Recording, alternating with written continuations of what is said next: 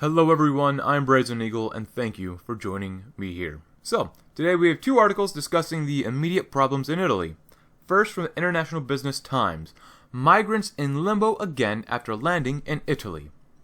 And this is a chart of the humanitarian ship that we'll talk about in a little bit, and its travel around wasting time in the Mediterranean Sea. So, 83 migrants who were disembarked on Italy's Lampedusa island were again in limbo on Wednesday as a European deal to redistribute them failed to materialize, and Madrid said it could hit the Spanish charity with a hefty fine for rescuing them. The prospect of a fine comes after a protracted standoff between the Spanish NGO, or non-governmental organization, Proactiva Open Arms, and Italy's right-wing Interior Minister Matteo Salvini came to an end. The boat had spent 6 days anchored off Lampedusa before a local prosecutor ordered the migrants be allowed to land amid a probe of Salvini for forbidding their entry to port. Many of them had just spent 19 days on board the ship after being picked up while in difficulty trying to make the perilous journey from Libya to Europe in tiny boats.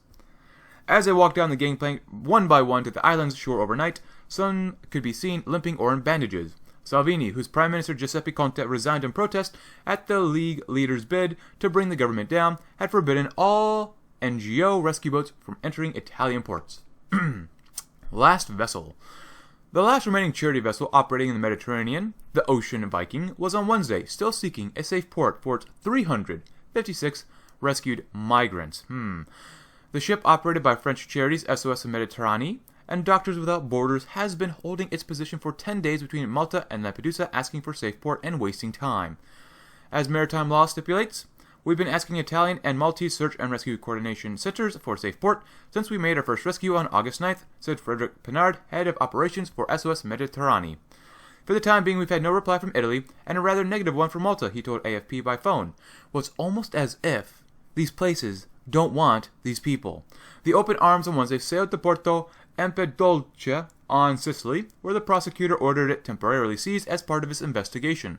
Spain's Deputy Prime Minister Carmen Calvo told Spanish radio the Open Arms doesn't have a permit to rescue. The vessel had in April been authorized to leave Barcelona, where it was immobilized for 3 months to transport humanitarian aid to Greece. It was banned from heading off to the seas of Libya, often the launchpad for migrants attempting to reach Europe, but went anyways. Who cares what the law says? $1 million fine. A document from the Directorat General for Spain's Merchant Navy sent to AFP by the Proactiva Open Arms charity said it risks a fine of up to €900,000 for violating this ban. There were initially 147 mainly African migrants on the ship, but as the days passed and wasted, some were evacuated for medical care and all minors were allowed to disembark. 6 European countries, France, Germany, Romania, Portugal, Spain, and Luxembourg, have offered to take them all in. Calvo said the military ship sent to Lampedusa could take charge of those migrants allocated to Spain if this agreement is implemented. Sicily prosecutor Luigi Patroniaggio intervened as part of a probe into alleged kidnapping and refusing to obey orders targeting Salvini. Salvini hit back on Facebook about the decision to let the migrants off the boat, saying, "If anyone thinks that they can scare me with the umpteenth complaint and wants a trial, they're mistaken." A Spanish naval patrol boat, the Audaz, set off from Morata in southwestern Spain on Tuesday on a 3-day trip to Lampedusa to fetch the Open Arms migrants. Spain had tried to break up the standoff over the migrants at the weekend by offering up its southern port of Algeciras, which the NGO said could not be achieved due to the distance and tensions on board. Madrid then suggested Majorca and the Balearic Islands, nearer but still around 1,000 kilometers from Lampedusa. The charity described the offer as totally incomprehensible and demanded continued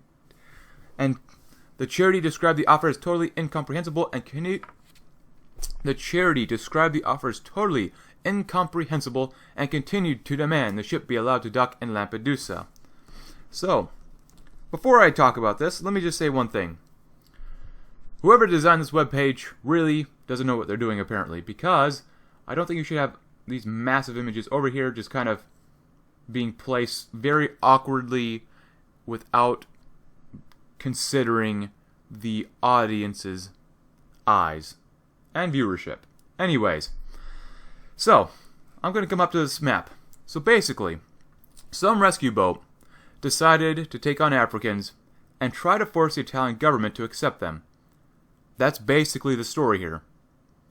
So now, like what this article says, the Proactiva Open Arms non-governmental organization is trying to force Italy and Malta to take people in that Italy and Malta don't even want.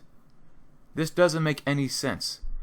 The Spanish NGO, Proactiva Open Arms, is trying to get Italy to accept everyone that Spain wants admitted. So, let's talk about this chart. So, on August 4th, the ship, or Open Arms, departed from Marseille, which is in very southern France, on August 4th.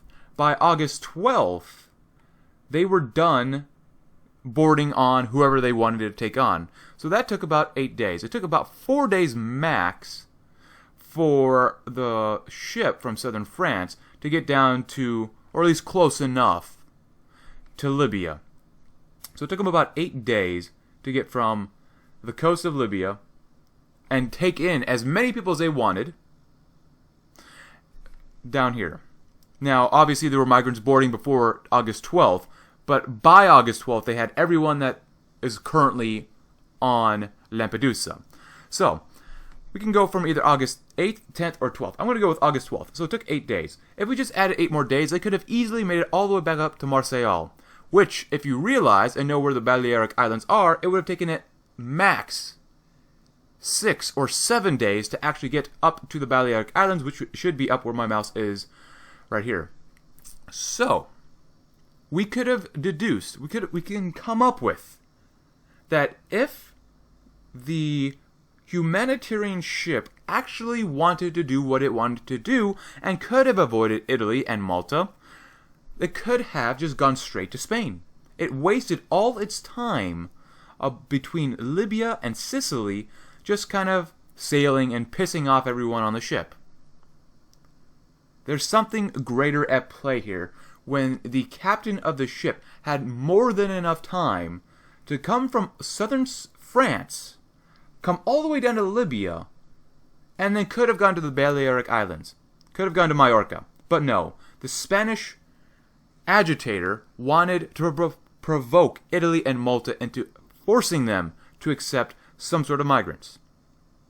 But at the current moment, the migrants have decided to dock on Italian soil, even though Matteo Salvini told them that there will be repercussions up to, $1 million of a fine, at least in US dollars. Italy doesn't want to accept all the people from Africa or the Middle East anymore. Neither does Malta. These countries are full. They don't want people who don't want to become Italian citizens or assimilate into Italian culture. Now, the ship that illegally docked on Italian waters was, like I said, in the waters for up to 19 days, waiting for Italy to back down, as well as Malta, on their hardline migrant approaches. Like I said, though, during that time, it could have gone to Spain, or even gone to Sardinia. Well, actually, they can't go to Sardinia, so they could have gone to Spain, the Balearic Islands, but, of course, they said no.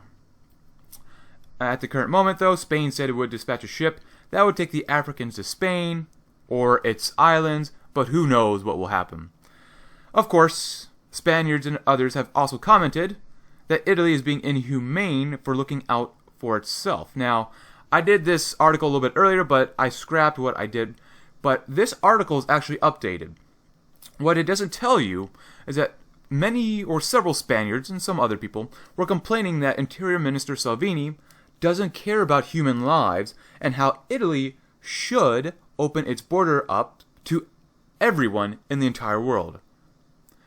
This article updated itself to make sure that they did not attack Salvini, yet it just basically said, Italy, open up, we want you to accept all these people that we don't want, and let them rob you of your wealth.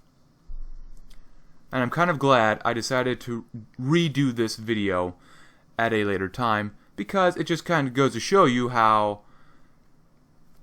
journalism can change its words within a few hours. Anyways. But that's not the only news about Italy. So, yes, this is a day old by the time this video comes out, but from Breitbart, Italian PM resigns, like what the other article mentioned, and attacks populist Salvini as the government collapses. So, Italian Prime Minister Giuseppe Conte has resigned, forcing the collapse of the populist coalition between the Five-Star Movement and Matteo Salvini's populist right Lega, or League in English. So, the Italian PM was set to face a vote of no confidence brought by Salvini's party after the Five-Star Movement overwhelmingly opposed a recent vote on the Italian-French TAV train tunnel project. On the floor of the Italian Senate, Mr. Conte blasted Salvini, accusing the Interior Minister of political opportunism, according to a report from the Italian newspaper Il Giornale. Government crises are faced in Parliament, not in the public squares, Conte continued, and slammed Salvini for various issues, including his use of religious symbols, a critique often deployed by members of the Roman Catholic clergy, hostile to Salvini's anti-mass migration policies. While he announced his resignation as Prime Minister, Conte said that he hoped Italian President Sergio Mattarella would not choose to hold a snap election, saying it could block current reforms. I announced that I intend to complete this institutional step in a coherent manner. The President of the Republic will lead the country in this constitutional passage. I take this opportunity to renew my thanks for the advice he has always given me, Conte said.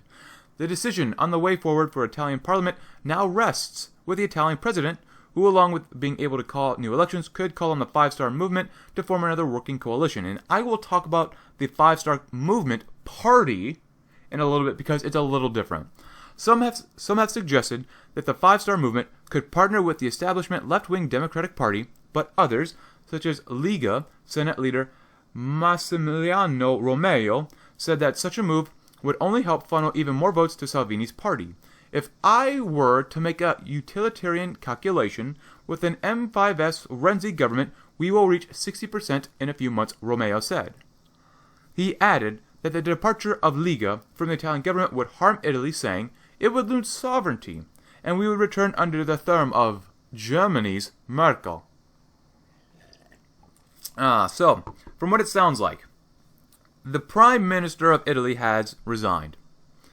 And because of what could happen, if the Italian president wants to get rid of Lega, or the League Party, then basically Italy will continue to follow all other European nations into pan-Europeanism and more globalism. At least that's what I can deduce from this article and other articles I have read about the current crisis in Italy. But, like you, I'm probably not super into Italian politics, but I thought this was very interesting to bring up. Just because Italy, under Salvini, or with Salvini, is one of the few countries that actually cares about its people. That being said, other countries include Hungary a little bit, as well as Poland. But anyways, let's talk about the Prime Minister. So the Prime Minister, like I said, and the article says, he's resigned and attacked Salvini for looking out for the Italian people. Salvini actually cares, at least for now, about the Italian people. The Prime Minister who resigned is part of the party, the Five-Star Movement, that rejected a somewhat controversial vote on the Italian-French TAV train tunnel project.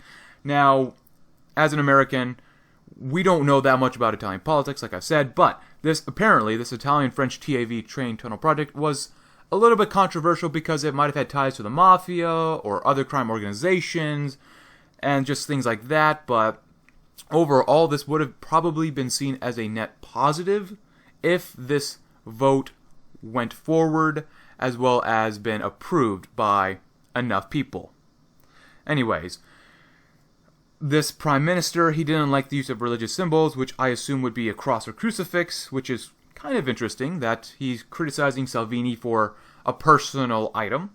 Anyways, Salvini has called for elections. His party and Salvini have called for elections to determine the next Parliament of Italy.